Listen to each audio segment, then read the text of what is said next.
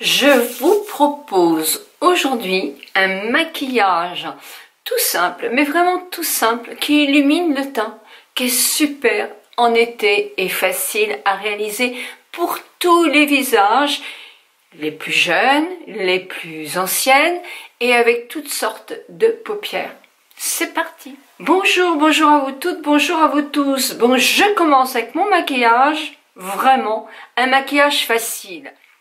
Ma petite éponge que je rince tous les jours, même si elle n'est pas très jolie parce qu'effectivement elle se colore quand même pas mal, mais elle est nettoyée chaque jour.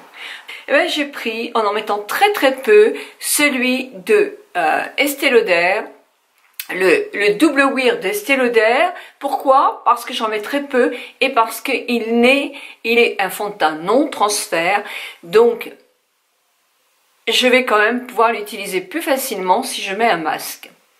Voilà. Et puis fait un très joli teint. Mais j'en mets vraiment très peu. Je prends justement ceci que j'humidifie. Je mets un petit peu de produit. Vous voyez, j'en ai pas beaucoup.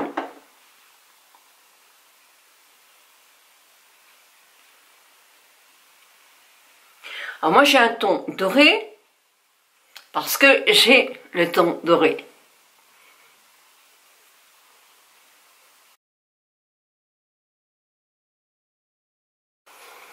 Quand je vous dis que j'en mets 2 gouttes, ben c'était la vérité. J'en mets vraiment 2 gouttes. Donc ça me fait un teint qui est unifié, qui est plus lumineux, avec très peu de matière. Et j'ai très peu de matière. Donc je mets mon anti-cerne. Là, je vais vous mettre le double wear d'Estée Lauder, parce que c'est celui que j'ai en ce moment. Mais vous en avez dans toutes les marques. N'oubliez pas.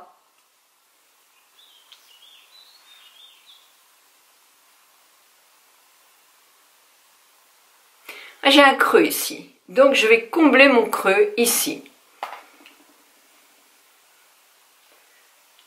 Je ne vais pas le combler, mais comme c'est blanc, effectivement, ça va le regonfler un peu.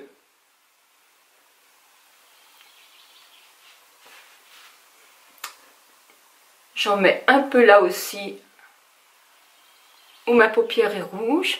Si j'ai des cernes, j'en mets un peu partout. Moi, je n'ai pas des cernes très prononcées.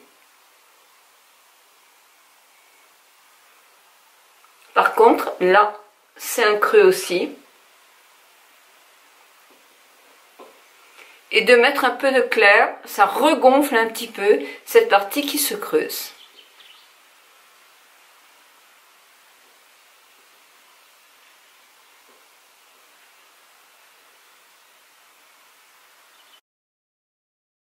Dans le maquillage anti-âge, il faut beaucoup jouer avec les volumes.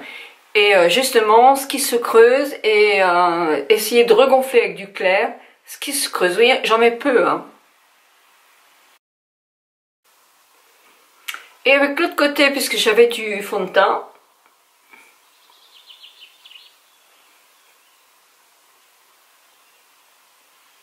et voilà, mon teint.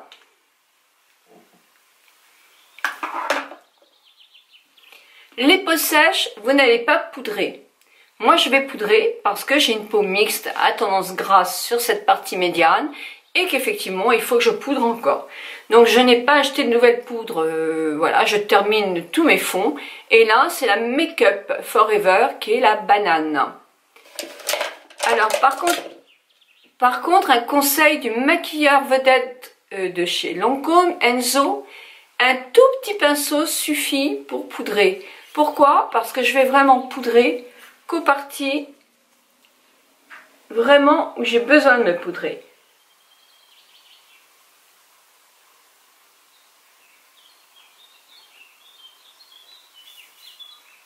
Pour moi, c'est la ligne médiane, surtout sous le nez là, ici.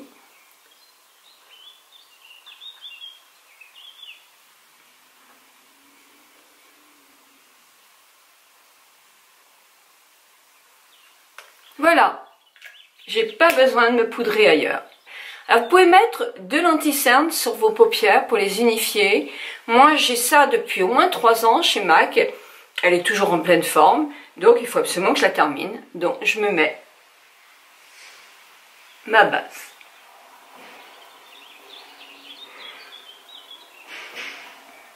Et je le monte bien jusqu'au sourcil.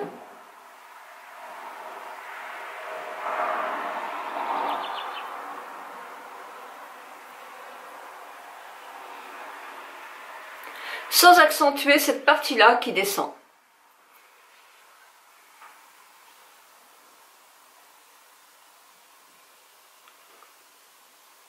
J'en mets un petit peu sur le tour de mes lèvres. Et j'aime bien mettre sur mon bout de nez. C'est comme ça. Je vais prendre maintenant mon fard à joues. Et mon fard à joues, c'était un ensemble. On peut les acheter individuellement. Moi, celui-là, je l'adore. C'est fait les joues, les lèvres et les paupières. C'est génial. Alors, je vais déjà faire les joues. Je reprends ma mousse. Je la tartine dedans. Et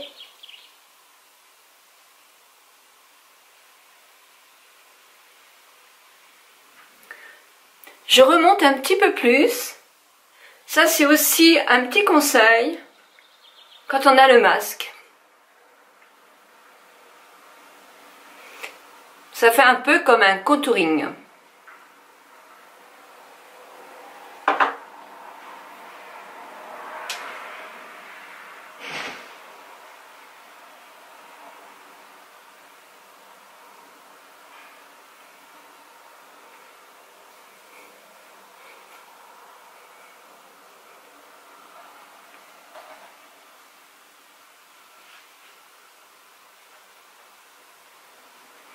On verra après pour le tas. Mais en tout cas, ça donne bonne mine, c'est joli. Je reprends ma matière et avec mon doigt,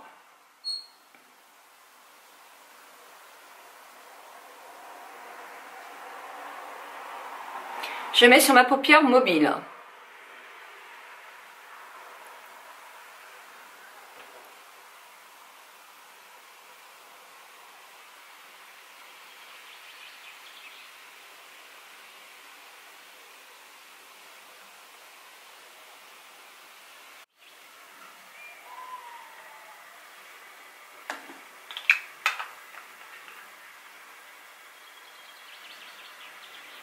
Allez, on peut le mettre sur les lèvres aussi.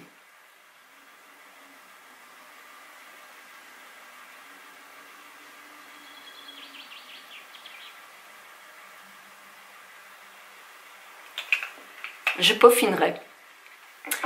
Je vais attaquer mon maquillage de sourcils qui pour moi est un indispensable.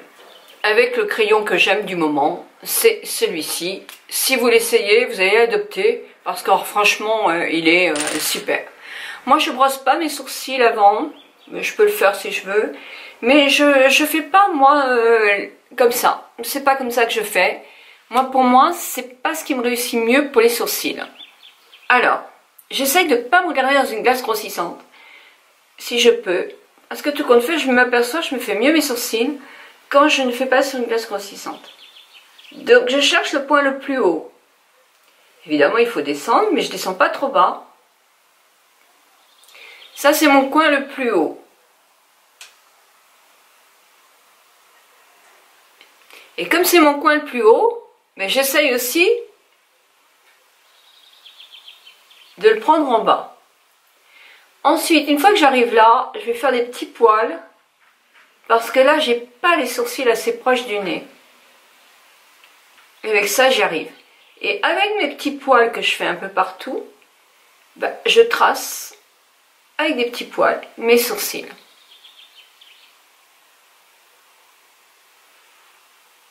Et là, je brosse pour égaliser.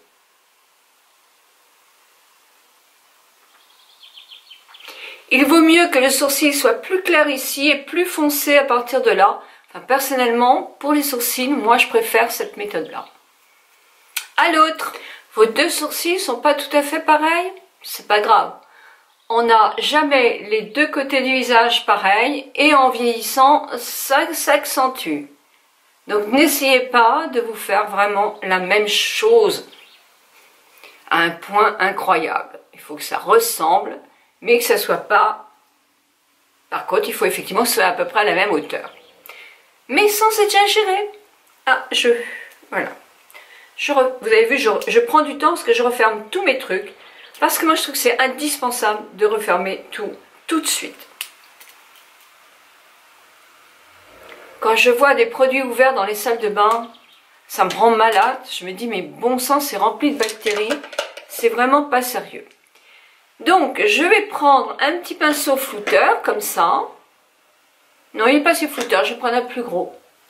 Voilà. Et là, je fais déborder un peu mon orange. Pour ça qu'il vaut mieux mettre un tout petit peu plus d'orange, parce que vous voyez, avec le temps, bah, il est moins prononcé. Voilà. Et je vais creuser. Alors, par contre, de l'orange. Alors, pour les yeux bleus, c'est super. Pour les yeux verts, c'est super. Pour les yeux marrons, c'est super. N'en mettez pas trop au ras. Parce que quand on a les yeux qui ont tendance à rougir ou à pleurer, ça fait encore plus. J'ai pleuré beaucoup. Alors, c'est pas très joli. Et bon, c'est un peu triste. Donc, l'orange ne va pas à tout le monde, essayez-le.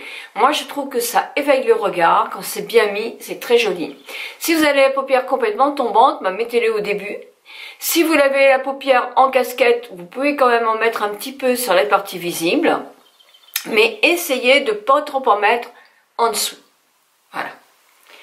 Je vais prendre un, vous savez, vous utilisez beaucoup, vous, des choses comme ça, dans n'importe quelle marque. Là, c'est le Bronze Goddess d'Estée Lauder, mais il y en a dans toutes les marques.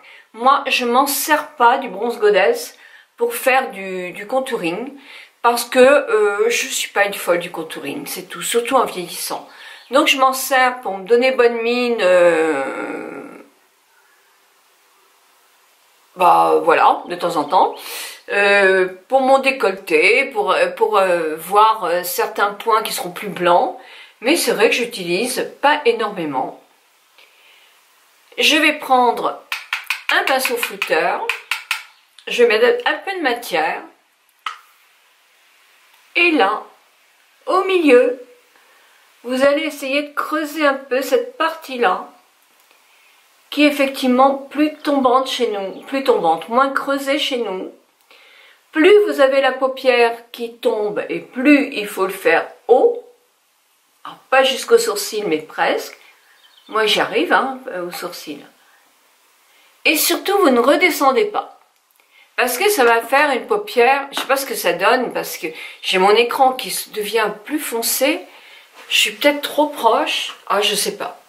Écoutez, on verra hein, de toute façon. Hein. Et là, effectivement, dans ce cas-là, je remonte dans ce sens-là. J'essaye d'aller vers la pointe de mon sourcil. Voilà. Pour donner l'œil plus...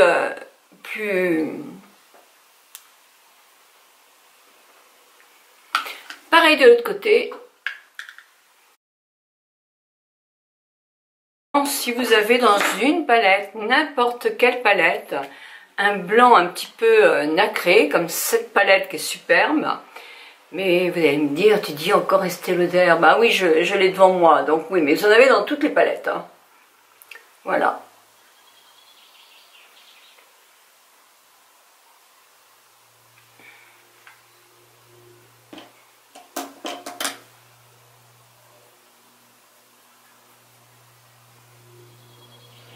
Voilà.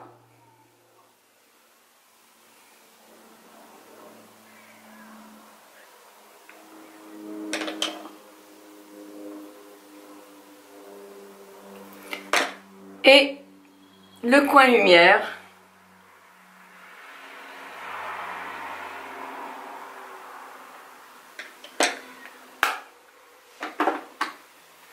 C'est pas mal quand même, hein?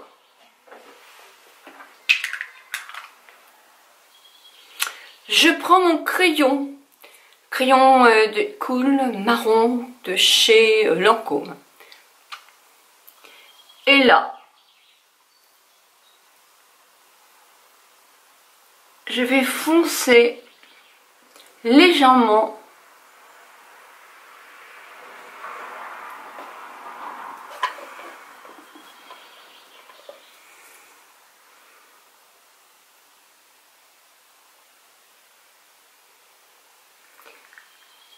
faire une petite pointe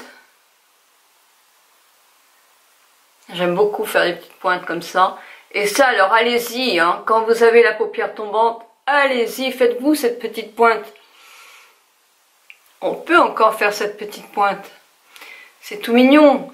Il ne faut pas la monter trop parce qu'il ne faut pas que ça grimpe sur votre paupière tombante. Mais la mettre comme ça vous donne un peu un œil en amande et c'est joli. Alors là, il ne faut peut-être pas le faire si vous n'êtes pas habitué. Moi, j'adore.